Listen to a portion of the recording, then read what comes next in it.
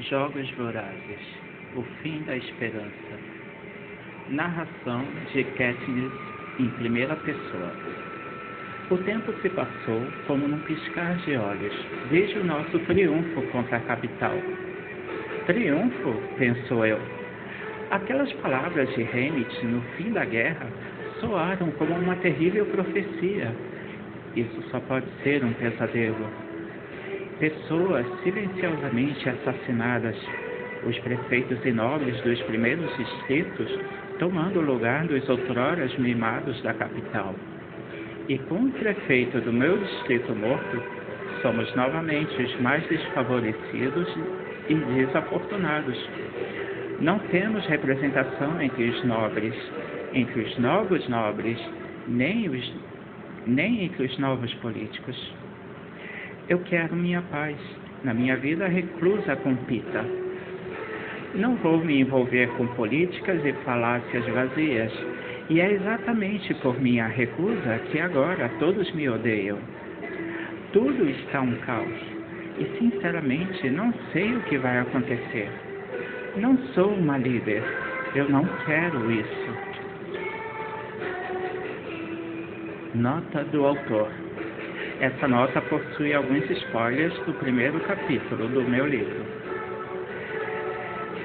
Neste livro, serei o mais fiel possível ao que me cabe às ideias de Susan Collins ao escrever Jogos Vorazes.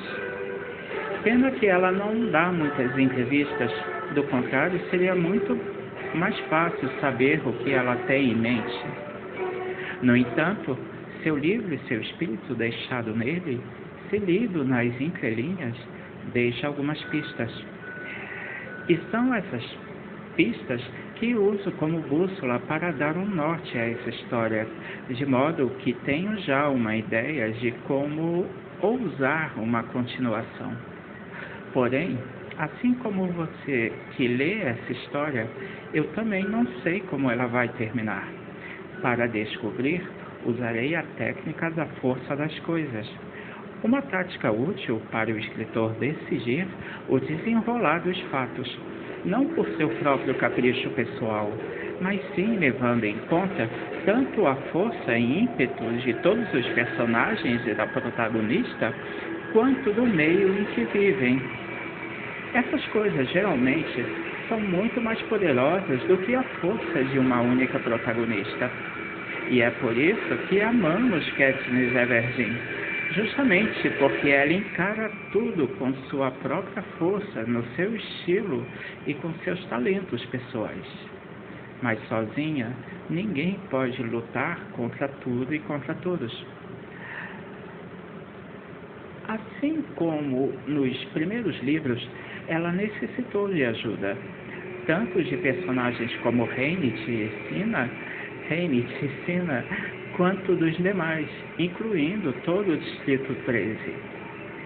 Se eu tivesse decidido continuar a história de onde ela parou, com Katniss tendo seus 35 anos, isso poria seus filhos em perigo no meio de um mundo conturbado.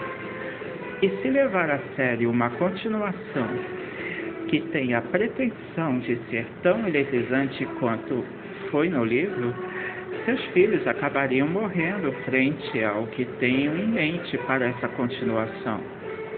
E matar crianças pode até ser divertido para alguém como Snow, mas não para o escritor.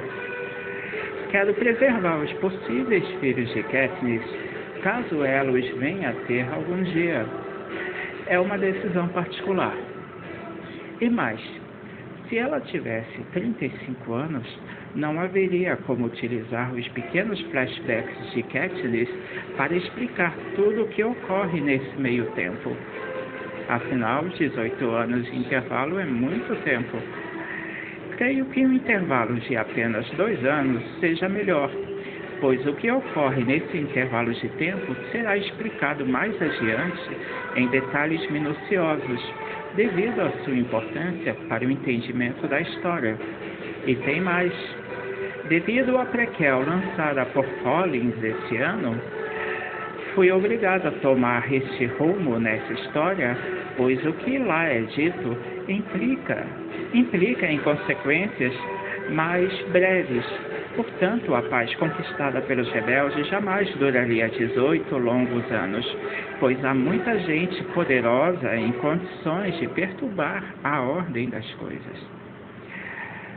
2 anos de paz é bom, pois com 19 anos de idade, a protagonista ainda mantém sua juventude e vigor impetuoso para lidar com o que está por vir. Se ela tivesse aqueles filhos citados na história, ela ficaria mais preocupada e vulnerável. E eu quero a Katniss forte e com tudo. A única solução que encontrei para resolver esse problema foi um spoiler aqui, tá? Se não quiser ouvir o spoiler, é só aguardar o próximo vídeo, que será o primeiro capítulo. Bem, repetindo, a única solução que encontrei para resolver esse problema foi a ideia do sonho, ou melhor, pesadelo.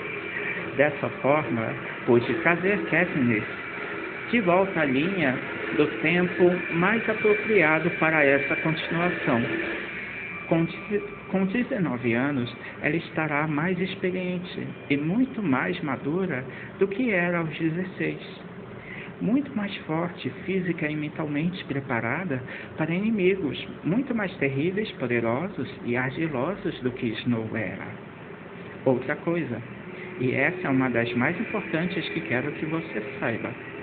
No início da história original, a protagonista é levada para uma nova realidade, cheia de coisas novas, pois ela nunca havia até então experimentado uma vida de luxo. Andar de carro, de trem, comer chocolate, beber vinho, além de outras maravilhas, mas também de coisas terríveis pelas quais ela nunca experimentou na vida antes. Ou seja, ela praticamente veio a conhecer uma nova realidade e teve que se adaptar, a sorrir e a fazer coisas que não queria.